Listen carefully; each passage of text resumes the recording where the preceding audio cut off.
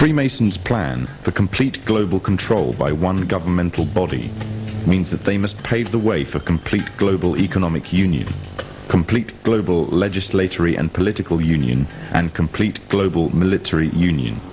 On March the 25th, 1957, with the creation of the European Economic Community, the first significant steps in the creation of this global government were taken. Since then, the EEC has become a testing ground for the New World Order.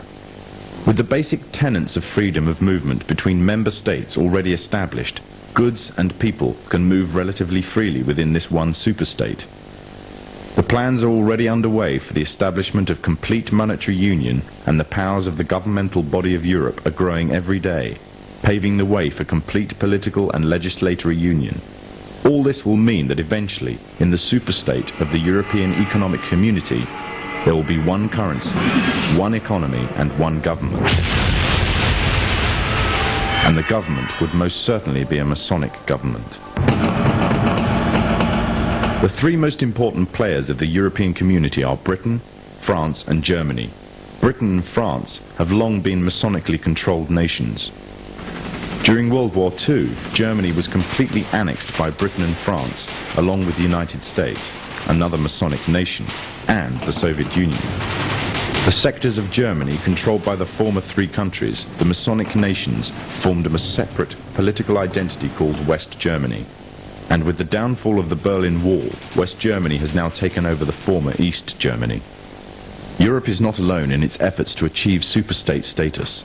America and Mexico are currently the only two members of NAFTA, the North American Free Trade Agreement. However, the nations of the South are increasingly being pursued to join.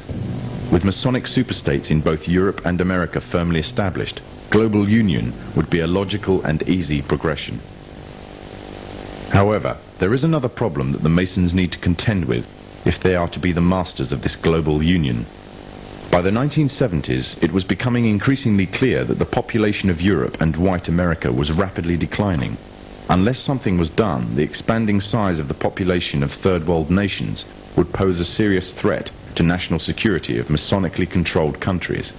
Western consumer power and productivity would reduce, and as a result, they would be completely dependent on that of the third world population. Somehow, the gap between Western population and third world population had to be a bridge to restore Western supremacy, or more precisely, Masonic supremacy, at a global scale. In the 1970s, President Jimmy Carter commissioned the Global 2000 report.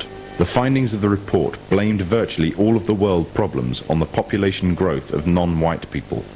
The report went on as far as recommending the elimination of at least 2 billion people in third world nations off the face of the earth by the year 2000 in order to restore Western supremacy.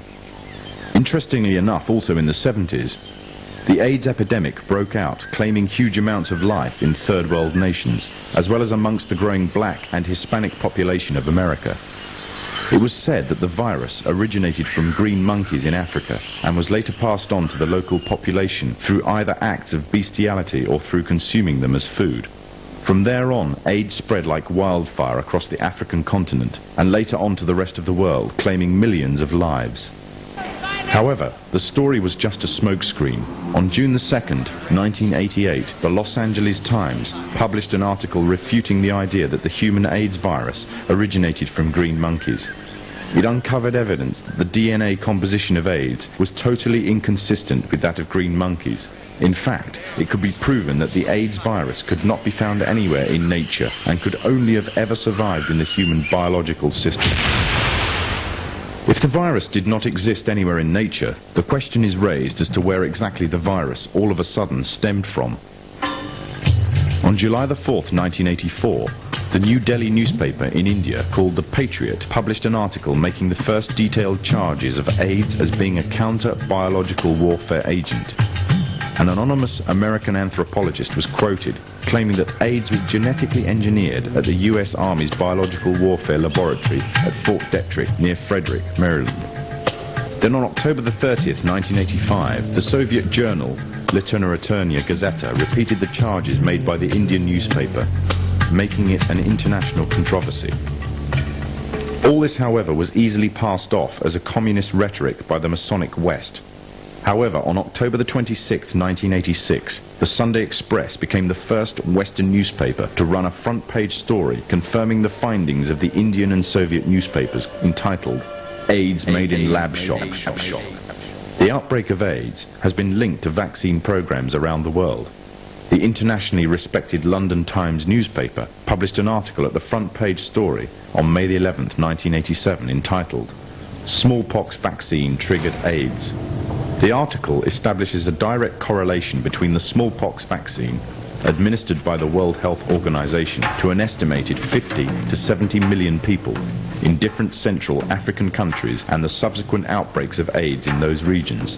The World Health Organization is the medical wing of the United Nations. The evidence suggests that AIDS is a genetically engineered virus spread through vaccination programs in third world countries, germ warfare against the innocent and the weak, aimed at eliminating an entire populace off the face of the earth. AIDS is nothing other than the modern-day final solution, and all of this for the purpose of installing an economic policy that would give complete global domination to the Masonic West. However, for the Freemasons' economic domination on its own is not enough. In order to have Masonic governments at the head of global union, under complete Masonic control, an economic union may suffice, but to keep it there, they would need a military union, and that union would be none other than the UN.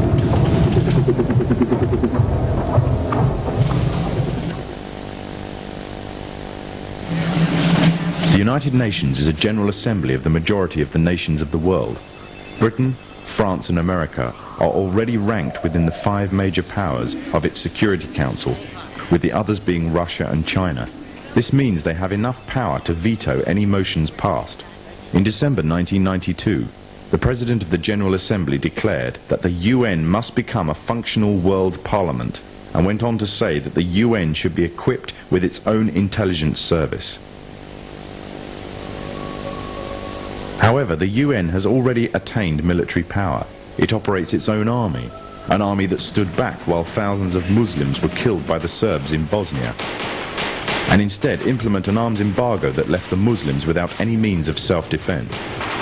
When UN soldiers were sent to wage war against General Mohammed Farah Aidid during the months between June and October 1993, American helicopters fired on hospitals, houses and civilian crowds, killing hundreds of unarmed people. After an attack in which 71 died, the head of the UN mission, Admiral Jonathan Howe, said, "We knew what we were hitting. It was well planned." This was a clear breach of the Geneva Convention, but when the US military attorney was confronted on these points, his reply was that the Geneva Convention did not apply to the UN forces on the technicality that the UN is not the signatory to the convention. In other words, UN troops were free to commit any war crimes or atrocities they wanted and were above any law. In fact, the UN, far from bringing peace with it as it claims, instead has spread corruption in the land, leaving a trail of death and destruction wherever it has gone. Days of the Cold War, the very existence of the Soviet Union meant that the Freemasons' path to a global government would take time.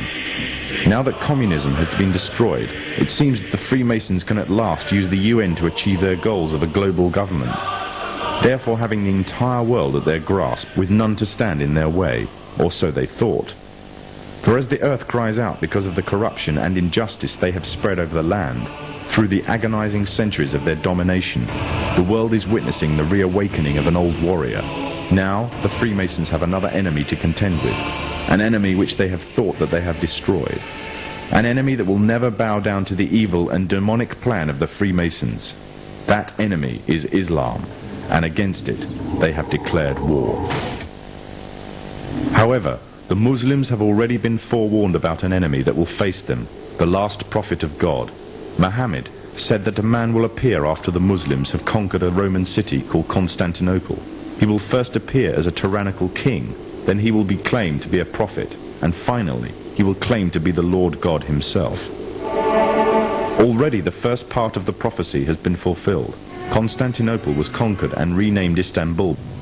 The prophet further foretold that this liar would start to conquer the world, country by country, fortress by fortress, region by region, town by town, and no place will remain unscathed except the 2 holy cities of Mecca and Medina. He will possess powers to issue a command to the sky, and it will rain, and to the earth, and it will produce crops. He will call to a false religion, and bring something which resembles paradise and hell. But that which resembles paradise will in fact be hell, and that which resembles hell will in fact be paradise. He is the Dajjal, meaning imposter, and he will be born with one eye, and your Lord is not one eye. It is also known that before the appearance of the Dajjal, a group of people will pave the way, setting up a system to prepare the world for his arrival. In other words, these forerunner to the Dajjal and their system will bear all the characteristics of the Dajjal, and he will be the final embodiment of these in human form. The forerunners to the Dajjal are none other than the Freemasons. The one eye is one of the ways to recognize the Dajjal. The one eye is the symbol of the Freemasons. It is part of their beliefs and is taken from ancient Egyptian mythology. In their ideology, it represents the supreme being, sometimes referred to as the great architect of the universe. The scholars of Islam say that the similitude of the Dajjal is that of the Pharaoh who tarried with the prophet Moses. The Pharaoh was a tyrannical leader who elevated himself in status and declared himself to be God. He used magicians to create illusions and fool the people, and oppressed all who did not conform to his false religion. Today the Freemasons weave another kind of magic. The illusions they create take the form of hidden or openly propagated messages in films, televisions, cartoons, music, and all the other cogs in their well-oiled media machine. And this same media machine has continuously been put into action to slander and destroy the character of Islam, following another trait of the Dajjal, who goes further and slanders God directly. The Dajjal is an oppressor to all who do not follow him. He will have powers to increase the land harvest or destroy it, depending whether the people follow him. Similarly, the Freemasonic West, through the World Bank, hold the third world nations to ransom if they do not act in accordance with their wishes. Abundance of IMF development loans are often used to ensnare such nations, and the unattainable interest payments keep them ensnared. They are forced to submit or face economic collapse and dire poverty. Another way in which the Dajjal will control the people, either deluding them or forcing them to submit, is by spreading disease. He will have the ability to spread disease or cure it, effectively playing God. And with this power, he will delude many to his false religion. The Freemasons also play with people's lives in this manner. Evidence exists showing that many viruses have created or mutated in military labs and later used in experiments on human beings. And it has been established that AIDS is a man-made tool used to suit the purposes of Masonic West. The Dajjal shall try to strip God of all of his divine attributes and claim them for himself. This arrogance is also the way of the Freemasons, who are engaged in replacing the laws of God with those that are man-made and claiming justice across the land, using technology to monitor all that you do, trying to see and hear everything, using genetics to alter and to improve the creation to reach their false standards. Their arrogance knows no bounds, and they obey no law but that of their own making. These are the forerunners to the Dajjal. These are the Freemasons.